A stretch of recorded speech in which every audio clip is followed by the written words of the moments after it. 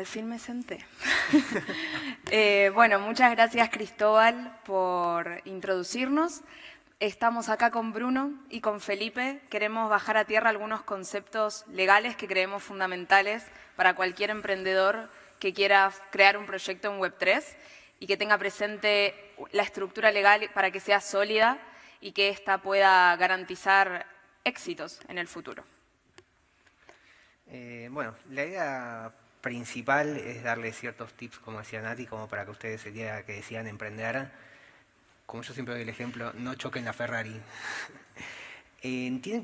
Para mí la cuestión fundamental que tienen que preguntarse al principio es, ¿es tokenizable o no es tokenizable lo que quiero hacer? O sea, no todo tiene que ser tokenizable, no todo tiene que tener una aplicación de tecnología blockchain. Yo doy siempre el ejemplo, el ingreso a un gimnasio.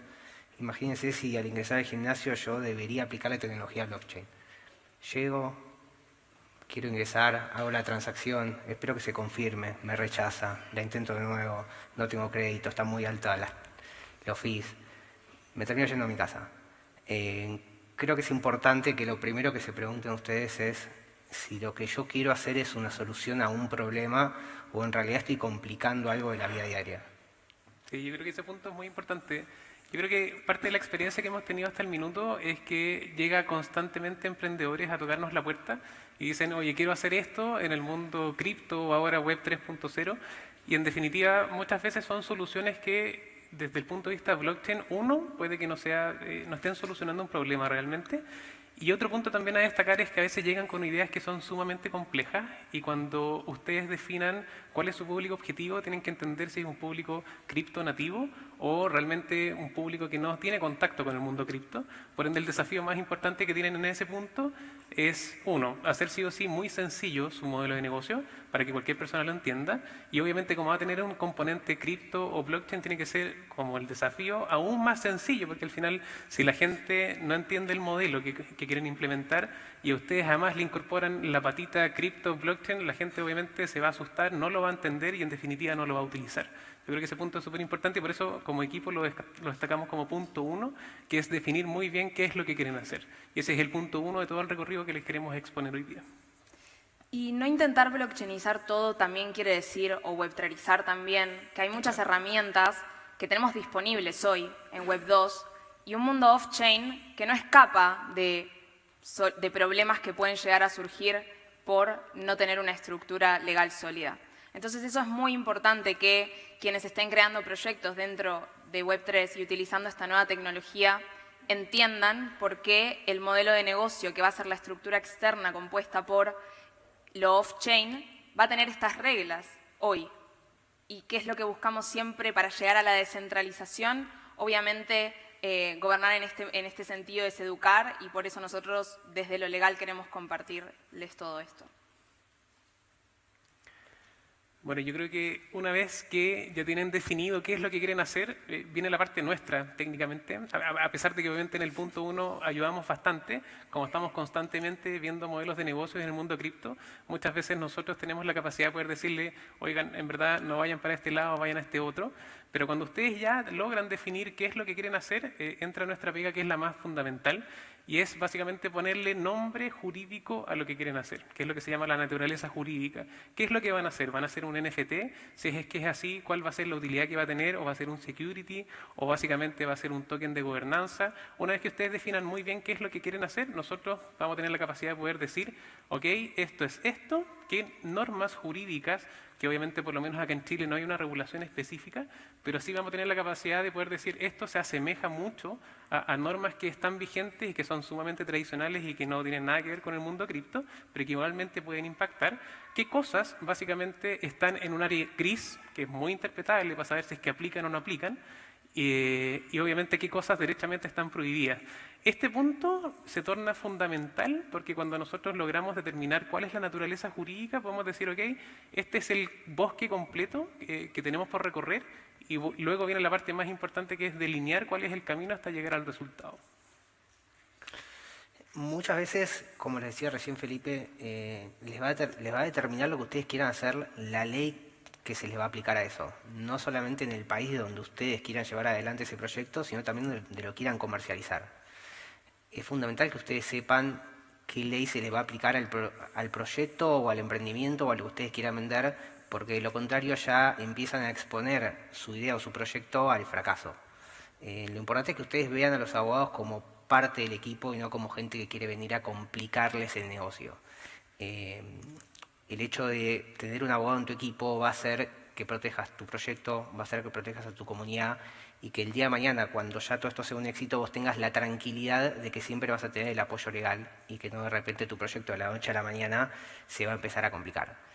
En Argentina hay un caso muy conocido, que es el caso de los crowdfunding, donde hay un decreto muy especial que es el que las regula y que muchas de las primeras empresas del ecosistema argentino, que se ha hablado acá de que es un ecosistema enorme, que tiene muchísimas cosas de avanzada, han caído debido a que ninguna de las empresas que había llevado adelante el crowdfunding sabía de este decreto.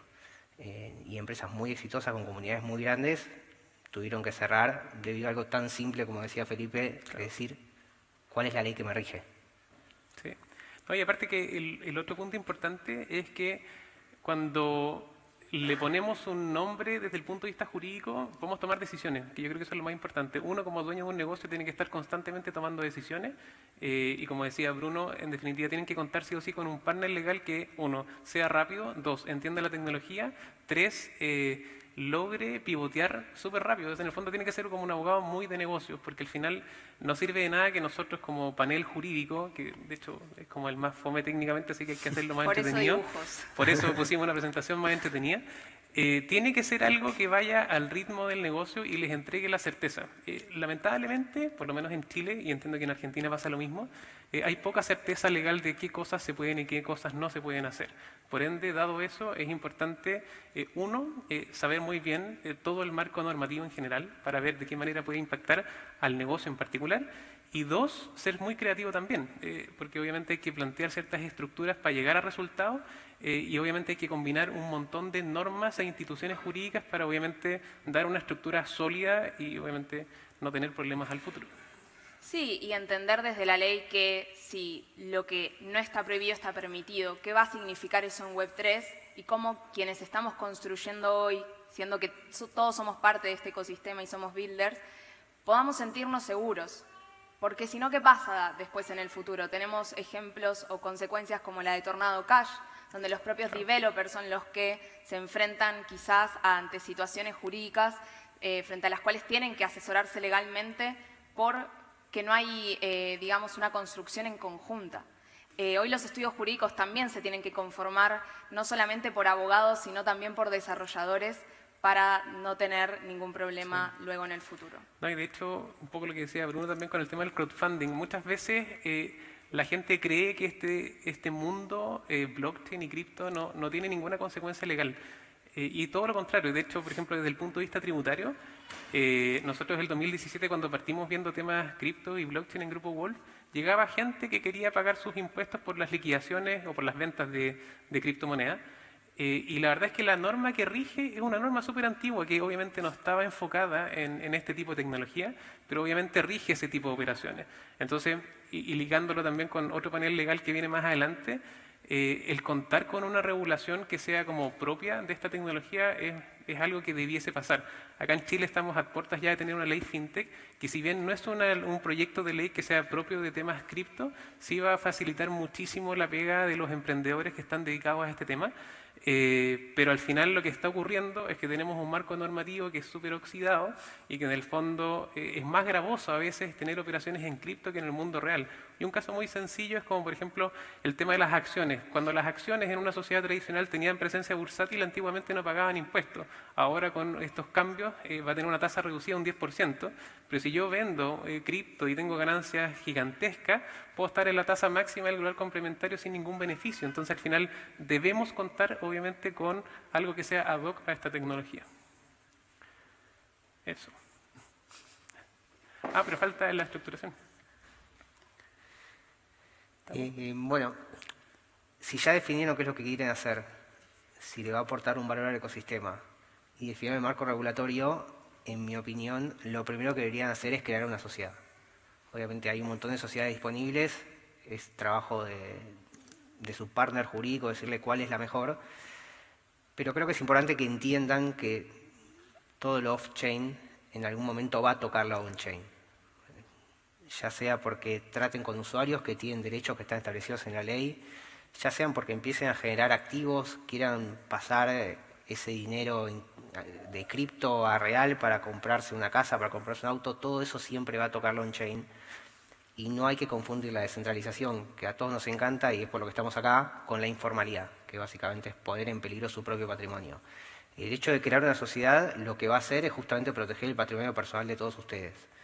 Si uno no hiciera esa sociedad y hubiera algún problema como los que hay todos los días en la Web3, ustedes pondrían en peligro su propio patrimonio. Entonces, la creación de una sociedad no corresponde a un capricho de los abogados de querer hacer sociedades de todo, sino empezar por organizarlos a ustedes, darles a los socios unas pautas a través de las cuales puedan tener mecanismos de ejecución y de decisión totalmente aceptadas por ustedes mismos, y aparte que tengan una protección de su patrimonio. Sí, yo creo que complementando lo que dice Bruno, o sea, sí o sí hay que tener sociedades, pero el punto, y ahí lo destacamos como clave, la estructura corporativa, porque muchas veces hay que tener obviamente más de una sociedad, y la razón no es querer cobrar más honorarios para hacer sociedades, sino que realmente hay que crear una estructura corporativa y tomar decisiones al respecto. Muchas veces lo que ocurre cuando uno está estructurando un negocio en el mundo cripto es, por ejemplo, la estructura corporativa, ¿la vamos a tener en Chile o la vamos a tener en otro país que sea quizás más crypto-friendly? Si es que deciden, obviamente, estar en alguna jurisdicción que no sea la chilena, hay que ver cuál es la que más conviene, no solamente considerando como temas de costos para poder hacer estas sociedades, sino que también cómo nos impacta a nosotros como contribuyentes en Chile las liquidaciones o las utilidades que en el fondo yo obtenga en esa otra jurisdicción.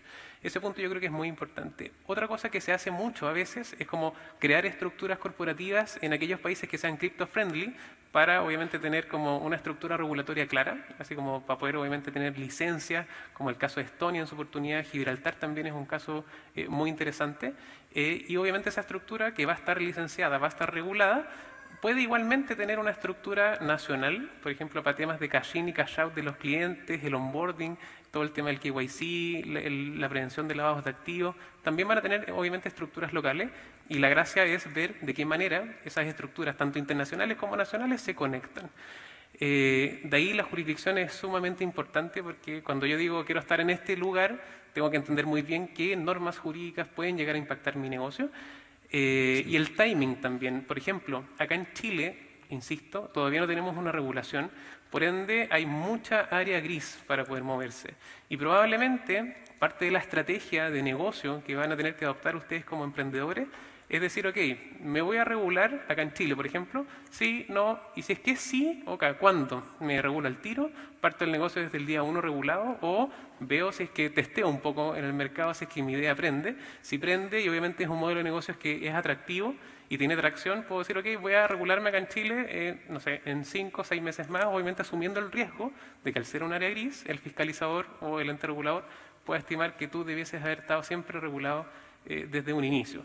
Todos esos tipos de decisiones es la parte fundamental que nosotros quisimos englobar en la estructuración. Ver temas de timing, ver temas de estructuras corporativas, tanto nacionales como internacionales, ver también el tema de licencias, si es que obviamente queremos tenerla y si es que es así, ¿dónde? Y obviamente una patita que es muy importante es el tema tributario, porque al final no puede pasar que uno tenga un negocio perfecto en el papel, pero que al final del día deje de ser rentable porque tenga que pagar una cantidad de impuestos impresionante. Sí, casi llegando un poco al final, y un tema que quizá nos compete a muchos de los que estamos acá es el tema laboral. Frente a eso, un derecho al acceso a la información claro, no solamente para los usuarios, sino para quienes integran parte de las compañías, de las empresas, las sociedades. Frente a lo laboral, por ejemplo, en lo personal es posible cobrar en una stablecoin, que es lo que pasa hoy frente a muchos de los que trabajamos en esta industria.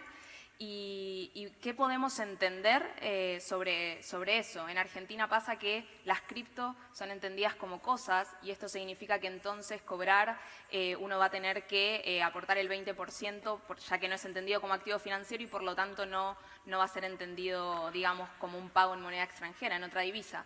Entonces es importante, por lo menos ese es el caso que tenemos allá. Me gustaría conocer qué es lo que sucede acá en Chile en relación a eso. Pero bueno, es lo que en los pagos en especies posibilitan entonces en Web3 los pagos en cripto, y si entonces lo posibilitan, qué límites uno tiene que tener presentes a la hora de estar cobrando su sueldo y también en el caso de que tenga algún problema poder hacer un reclamo y que cuente con la información necesaria el empleado. Sí, exacto. Como Nati decía, el pagar sueldos en cripto es posible, pero hay que saber el límite de acuerdo a lo que uno está contratando. Ya sea que tengas una empresa o incluso ya sea que vos seas un desarrollador o un empleado, tenés que saber, la primera distinción importante es si sos un empleado en relación de dependencia o si sos un freelancer o básicamente lo que se conoce como contratación de servicios. Básicamente hay una regla que yo siempre aplico que son, yo le digo la regla de las 3 cosas, que si están presentes efectivamente sos un empleado en relación de dependencia y si no, sos un empleado en forma independiente, sos una persona que presta sus servicios. Si existe la dependencia económica, si existe la dependencia técnica y si existe la dependencia desde el punto de vista disciplinario. ¿Qué quiero decir con esto? La dependencia técnica y la dependencia económica es si a vos te dicen lo que vas a cobrar o si vos sos el que dice su valor hora o sus honorarios. La dependencia técnica es que te digan básicamente qué es lo que vos tenés que hacer en tu trabajo o si sos vos el que dice qué es lo que él hace. Y por último, la disciplinaria implica si te pueden aplicar sanciones o despedirte o si sos vos el que decide cuándo se termina el trabajo. Si están esos 3 elementos presentes, ustedes como empresa tienen un trabajador en relación de dependencia, con lo cual se va a aplicar el límite que explicaba Nati, que en Argentina por lo menos es del 20%, ahora Felipe nos indicará cómo funciona acá. Y si vos sos un freelancer, ahí la cuestión cambia totalmente si no están presentes estos 3 elementos, porque ahí ya vos podés tomar la decisión de cobrar tu sueldo en lo que vos quieras, no solo en cripto, podés cobrarlo si querés en pantalla de televisores, en foco de luz, ya es una decisión propia de ustedes. Pero realmente cualquiera de las 2 formas de contratación, lo que sí tienen que saber es que ambas tienen que tener un contrato que lo refleje. Ese contrato los va a proteger a ustedes y les va a dar derechos y obligaciones a ambas partes, con lo cual todos van a saber qué es lo que tienen que hacer y no va a haber estas cuestiones interpretativas de no, quedamos en que me pagabas el 1, no, quedamos en que me pagabas el 10, quedamos en que me pagabas 500, no, quedamos en que me entregabas un programa, no, yo te entregaba solamente la estructura. Sepan que hacer un contrato que refleje esas cosas van a proteger a la empresa y también a ustedes los planta mucho más serios frente a los demás. El hecho de trabajar con una empresa que te hace firmar un contrato a vos te hace entender que trabajás en una empresa importante y no de repente en un grupo de amigos que tuvieron una idea. ¿En Chile? ¿Cómo funciona? Absolutamente. Mira, acá en Chile sí, se puede pagar el sueldo en criptomonedas, pero tiene el único límite de que no puede ser en un 100%.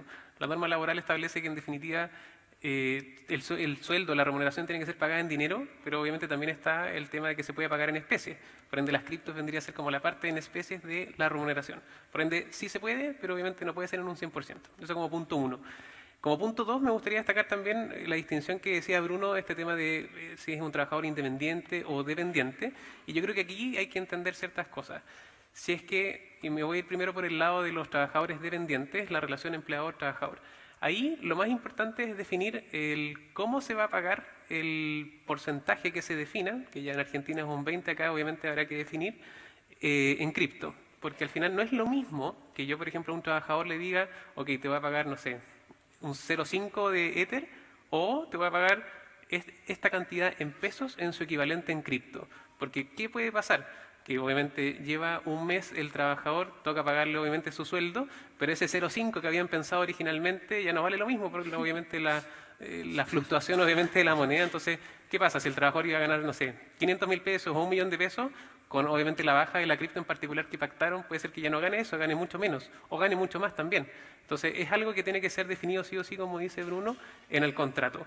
Desde el punto de vista como de trabajadores independientes, aquí siempre lo importante es cómo yo acredito la cripto que tengo y a qué precio básicamente yo la recibí. Y la razón de eso es 100% temas tributarios. Porque cuando yo quiera vender esa cripto que yo recibo como pago, ya sea como empresa o como trabajador dependiente, tengo que calcular si es que obviamente gané plata y en consecuencia si es que tengo que pagar o no impuestos al respecto. Entonces, si yo soy una empresa, y de hecho en Wolf lo que hacemos, los clientes cripto nos pagan en cripto, y por ejemplo emitimos una factura donde decimos nos pagan tantos pesos, nos pagaron obviamente como no en pesos, sino que en criptomoneda, el costo tributario es tanto, y eso me permite a mí después, cuando yo quiera vender esa cripto en particular, saber cuál es mi costo y en definitiva cuál es mi ganancia y cuánto impuesto tengo que pagar o no. Eso. Wow, increíble. Ya por último, queremos también dejarles este último paso, pero no menos importante, al momento de crear su propio proyecto Web3. Todo lo que tenga que ver con el derecho marcario. Escuchamos muchas veces la palabra rebranding en Web3 y esto es consecuencia de que hay muchos proyectos que muchas veces se presentan no estando registrados en los institutos nacionales, en Chile el INAPI, en Argentina el INPI, los institutos nacionales de la propiedad industrial, y la realidad es que es bastante arriesgado presentarse frente a una industria sin tener como marca digamos, del proyecto intelectual que uno presenta la no registración. Entonces, tener eso presente sin dudas es fundamental. Y por último, el tema de la importancia de la protección de los datos, que también muchas veces escuchamos que regular quiere decir centralizar y no es así. Regular en este caso es saber que hay reglas off-chain que no pueden pensarse a la par de lo on-chain para todos los que integramos el mundo cripto. Y sobre eso me gustaría también aprender y que aprendamos todos sobre cómo funciona la protección de datos acá en Chile. Sí. Mira, antes de eso me gustaría como complementar un poco lo que decía Natalia, que lamentablemente la persona que está dedicada al mundo cripto obviamente nos ve a nosotros, panel legal, como casi que un enemigo, pero al final es todo lo contrario. Somos un amigo, de hecho, porque en definitiva el peor error que pueden cometer es creer que el mundo on-chain está 100% desvinculado con el mundo on-chain. Por ende, si ustedes sacan, por ejemplo, una colección de NFT, no pueden esperar que esto tenga protección en el INAPI, por ejemplo, acá en Chile, o en la institución de Argentina, si es que no hay un debido registro al respecto. Entonces, es necesario, y la pega nuestra al final es vincular estos mundos para que realmente tengan protecciones en el mundo on-chain, pero obviamente muy ligado al mundo off-chain, sin que esto implique que sea lento, etcétera, todo lo contrario, pero obviamente que tengan protección al respecto. Y a raíz de eso, también surge como algo muy importante la protección de datos, porque al final hay emprendedores que en el fondo no quieren hacer, por ejemplo, procesos de KYC con sus clientes, lo cual obviamente constituye un error porque en algún momento alguien te va a preguntar, oye, ¿quién es tu cliente? O cuáles son, cuál es el origen de los fondos de las transacciones que en el fondo están operando en tu plataforma. Y si uno no tiene una respuesta al respecto, obviamente se mete en un tremendo problema. Por ende, debiesen incorporar todo este lado más centralizado, pidiendo la información a los clientes, sabiendo quiénes son, sabiendo incluso a veces, dependiendo de la plataforma, cuál es el origen de los fondos, de los movimientos que tiene en determinadas transacciones que pueden ser sospechosas, por ejemplo.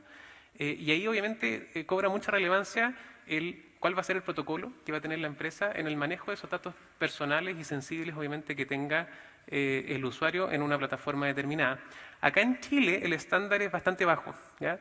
Pero obviamente, dado también la tramitación de la ley FinTech, se está robusteciendo la norma, y de hecho también hay un proyecto de ley que robustece muchísimo todo el tema de protección de datos, y también parte de las definiciones en la estrategia o la estructuración del negocio puede ser incluso decir, ok, el estándar en Chile, por ejemplo, a nivel de protección de datos está acá, pero yo obviamente quiero elevar el estándar y en consecuencia voy a estar con las normas del GDPR, por ejemplo, en Europa, y es una decisión que obviamente ustedes como emprendedores van a tener que tomar.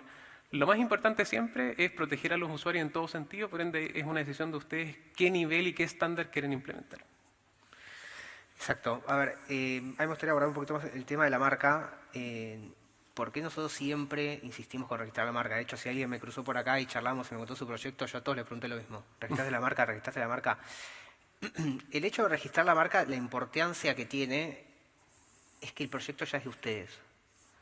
Si uno no registra la marca, se enfrenta básicamente a dos posibilidades igual de catastróficas.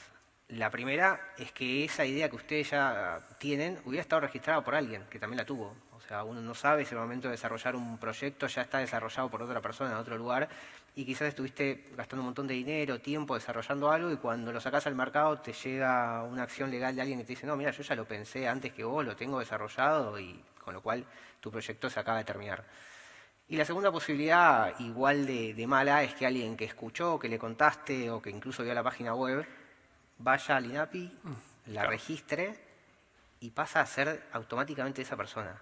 Por más que uno demuestre, no, pero mirá, yo ya tenía la página web, yo tenía un buzo con eso, lamentablemente es muy tajante la ley en este sentido, con lo cual vos perdiste tu página web, tus redes sociales y sobre todo perdiste tu comunidad. O sea que eso es lo más importante. Entonces no es que es un capricho nuestro, como decía Felipe, que queremos hacer sociedades, que queremos mandarlos a hacer trámites, sino que forma parte de proteger todo por lo cual ustedes trabajaron. Que es en realidad lo que nosotros siempre decimos que hacemos como abogados, o sea, es proteger los productos de nuestros clientes. Sí, para cerrar, porque ya tenemos que dejar el escenario, sí que se vayan con estos 5 pasos, que se vayan con ganas de crear proyectos y que se sientan más seguros para que después no tengan ningún obstáculo de lo off-chain, pero tener obviamente todo esto presente, cuidar a sus comunidades también. Estas herramientas van a permitir eso, que las comunidades sigan activas, sigan presentes, porque no van a desaparecer sus proyectos. Y no van a desaparecer porque no se van a haber olvidado que afuera hay todavía un sistema funcionando y que para que el sistema del futuro sea descentralizado, tenemos que hacer más seguro porque el de afuera no nos está cuidando. Así que muchísimas gracias a todos y a todas. Muchas gracias. Gracias.